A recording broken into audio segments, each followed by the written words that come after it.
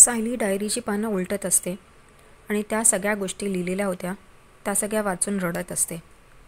तिला हेच वाटतं की मी अशी नाही आहे, मी असं काहीच केलं नाही आहे म्हणून.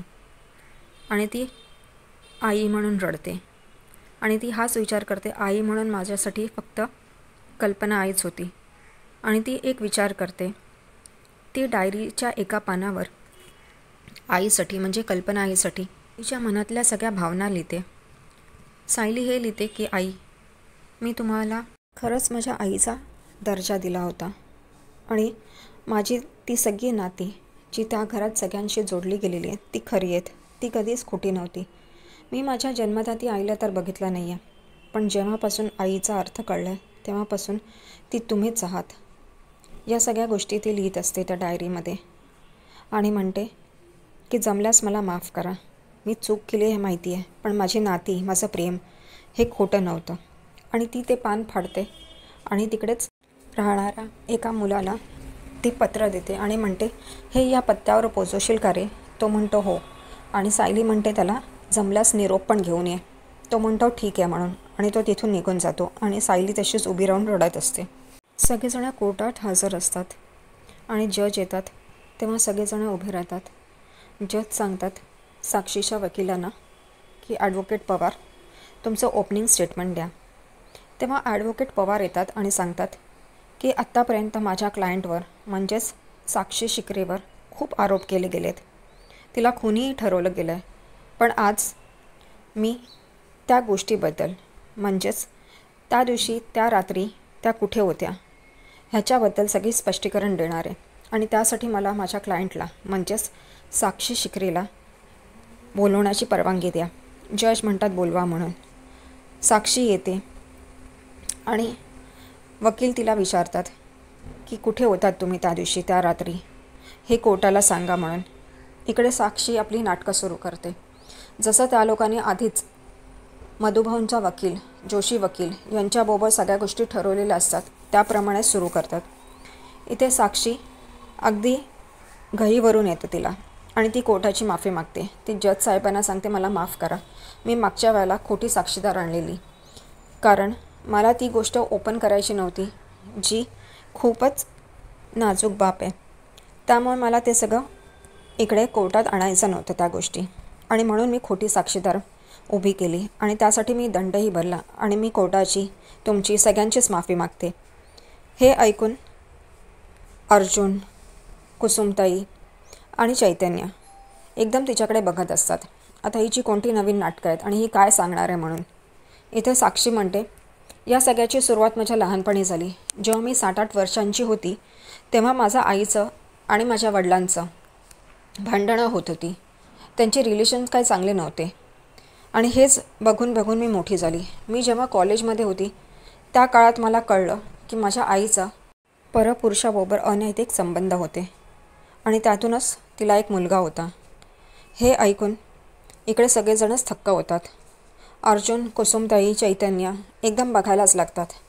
इथे अर्जुनला चैतन्याला कळतं की खोटं बोलते. अर्जुन चैतन्याला म्हणतो काय बोलते हे बघ, तर तो म्हणतो शांत राहा, ही खूपच खोटं बोलते आहे, मेलेला आईला इकडे ओढते आहे आणि तिच्या नावाने काहीही फेकते आहे.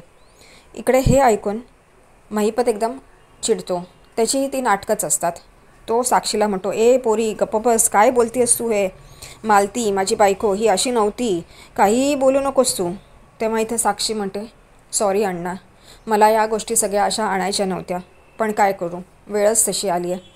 तेव्हा ती सांगते की शेवटच्या काळात माझ्या अण्णांनी माझ्या आईची खूप काळजी घेतली आणि त्यामुळे मला या गोष्टी त्यांच्यापुढे आणायच्या नव्हत्या आणि म्हणूनच मी त्या दिवशी खोटं बोलली.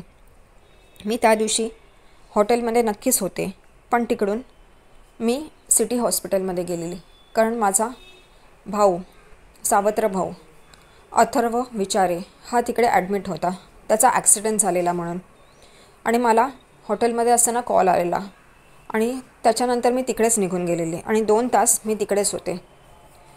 त्याचा ॲक्सिडेंट झाल्या कारणाने तो मेला. त्याच्यानंतर मी त्याचे अंतिम संस्कार केले. या सगळ्या गोष्टी मी अण्णांपासून लपवल्या आणि ते अण्णांनाही सांगते सॉरी अण्णा, तुमच्यापासून या सगळ्या गोष्टी लपवल्यात म्हणून. आणि इकडे महिपत शिकरे पण नाटकं करत असतो. इकडे पाठीमागे बसलेली तन्वी तीसुद्धा म्हणते मेलेल्या आईचं काय वापर करून घेते आणि कोण तो अथर्व विचारे जो हयातच नाही आहे, असा कोणता व्यक्तीच नाही आहे. काय ड्रामा बघायला मिळतोय, वा खूपच छान, मजा येते आहे असं म्हणून तीही या सगळ्या गोष्टी एन्जॉय करत असते. इथे कुसुम, अर्जुन आणि चैतन्य या गोष्टीवर विश्वास ठेवत नसतात. जोशी वकील यावर ऑब्जेक्शन घेतात. ते म्हणतात कोणता अथर्व विचारे, कुठून हा पैदा झाला. इथे अर्जुन हे ऐकून म्हणतो बरोबर.